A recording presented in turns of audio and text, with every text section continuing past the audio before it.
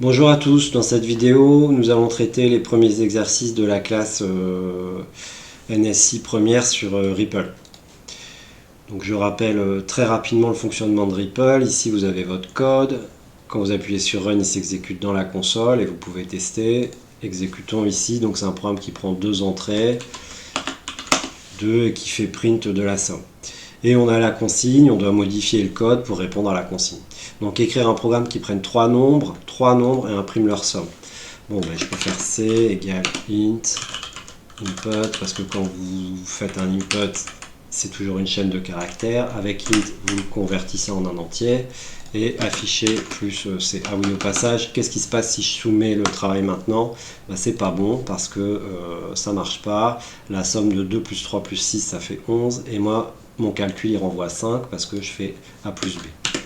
Au passage, Ripple, c'est pas génial, ça fonctionne toujours avec des entrées sur un input et des sorties sur un print. Donc ça, c'est pas formidable en termes de programmation, mais ça a l'avantage de se corriger tout seul. Vous voyez, là, vous savez que vous avez bon parce que vous avez passé tous les tests.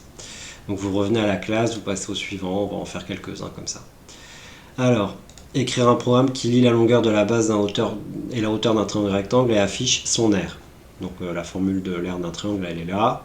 Et si j'ai 3 et 5 en entrée, je dois trouver 7,5 en sortie. Donc je peux faire print 0.5 fois B fois H. Et ça devrait passer tous les tests. Formidable, c'est bon. On peut revenir à la classe. Au passage, à chaque fois, vous avez une solution que vous pouvez consulter. Alors celui-là, il est un tout petit peu tricky, il faut faire un peu gaffe. Alors, écrire un programme qui salue l'utilisateur avec les mots, une virgule, le nom de l'utilisateur, un point d'exclamation. Voir les exemples plus bas. Donc, remarquons ici ce qui se passe. Si j'exécute ça et que je tape Robert, ça a l'air de passer presque. Mais en fait, il y a un espace ici. Et on veut en fait virer cet espace. Donc, la solution pour virer l'espace, c'est de faire une concaténation dans les chaînes de caractères. Regardez ce qui se passe si je fais la chaîne A plus la chaîne B. Eh bien, ça les met bout à bout. Ça fait AB. Donc si j'exécute maintenant, non, là il n'y a pas d'erreur.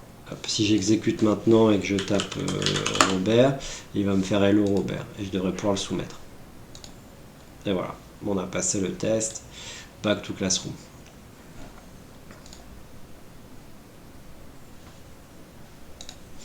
Écrire un programme qui prenne un entier en entrée et affiche l'entier précédent et l'entier suivant.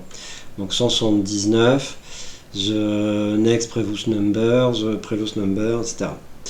Donc, grosso modo, on veut afficher ces chaînes-là, quoi. Donc, oula, si je mets un print ici, voilà, ça va déjà être quelque chose. Donc il y a mille et une façons de faire ça, de remplacer ça par les valeurs qu'on veut, parce que ça c'est bien joli, ça va passer le premier test, mais ça va pas passer les suivants. Pourquoi? Parce que après on teste avec d'autres nombres. Donc il faut qu'on saisisse un nombre. Voilà, par exemple celui-là, A. Et ensuite, alors comment on va le faire? On va le faire gentiment avec des virgules. C'est supposé être pour des novices. On va le faire avec des virgules. Hop, ici si on met une virgule, ici si on met une virgule, ici aussi, là, voilà. Donc il affiche, il en manque une ici. Il affiche bout à bout ces objets-là, donc il affiche toujours exactement la même chose. Ouais. Alors ici, il y a ça en trop qui ne lui plaît pas. Voilà. Oh, il n'est pas déjà planté. Et si il est planté. Ah non, il attend une saisie, pardon. Donc, il ne tient pas du tout compte des valeurs que j'ai tapées. Parce que ça doit être A. Donc ça, c'est A plus 1. Ça doit être A. Et ça, c'est A moins 1. Donc si je lui tape 0, il va me dire que le suivant c'est 1 et le précédent c'est moins 1. Et je pense que c'est bon, on peut soumettre.